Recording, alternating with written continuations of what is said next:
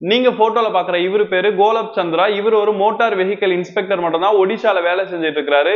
இவருடைய மாச சம்பளமே 48,500 ரூபாய் மட்டும் தான். ஆனா ரீசெண்டா இவருடைய வீட்டுல லஞ்ச ஒழிப்புத்துறை காவல்துறை அதிகாரிகள் சோதனை செய்யக்கூடிய நேரத்துல இவர்கிட்ட எந்த அளவுக்கு சொத்து மதிப்பு இருந்திருக்கு அப்படின்னு சொன்னா, இவருடைய பேர்ல 43 பிளாட்ஸ் இருந்திருக்கு. அது மட்டும் இல்லாம 3300 ஸ்கொயர் ஃபீட்ல லக்ஸரியான ஒரு வீடும் வச்சிருந்திருக்கிறாரு.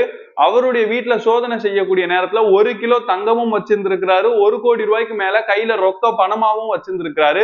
மாசம் வெறும் 50,000 ரூபாய்க்கு குறைவாக சம்பளம் வாங்கக்கூடிய இந்த மோட்டார் வெஹிக்கல் இன்ஸ்பெக்டர் கிட்ட இவ்வளவு பணம் எப்படி வந்துச்சு அப்படின்னு சொல்லிட்டும், இவர்கிட்ட வச்சிருக்கக்கூடிய இந்த பணத்துக்கு போதுமான ஆதாரங்கள் இல்ல அப்படின்னு சொல்லிட்டும் இவர் மேல பிரிவென்ஷன் ஆஃப் கரப்ஷன் ஆக்ட் கீழ வழக்கு பதிவு செஞ்சு இவரை கைது பண்ணிருக்காங்கன்றதை தெரிஞ்சுக்கோங்க. இந்தியாவுல என்ன செஞ்சாலும் குறிப்பாக அரசியல்வாதிகள் கிட்டையும் அரசு அதிகாரிகள் கிட்டையும் இந்த லஞ்ச பணம் அப்படிங்கிறது அதிகமாகவே இருக்கு அப்படிங்கிறதுக்கு இந்த மாதிரியான விஷயங்கள்லாம் ஒரு உதாரணமா இருக்கு. லஞ்சத்தை ஒழிக்கிறதுக்கு உங்ககிட்ட இருக்கிற ஒரே ஒரு ஐடியா என்னன்றதை கீழே மறக்காம கமெண்ட் பண்ணிட்டு இந்த மாதிரியான வீடியோஸ் தொடர்ச்சியா பார்க்க நம்மளோட சேனல் மறக்காம ஃபாலோ பண்ணிக்கோங்க.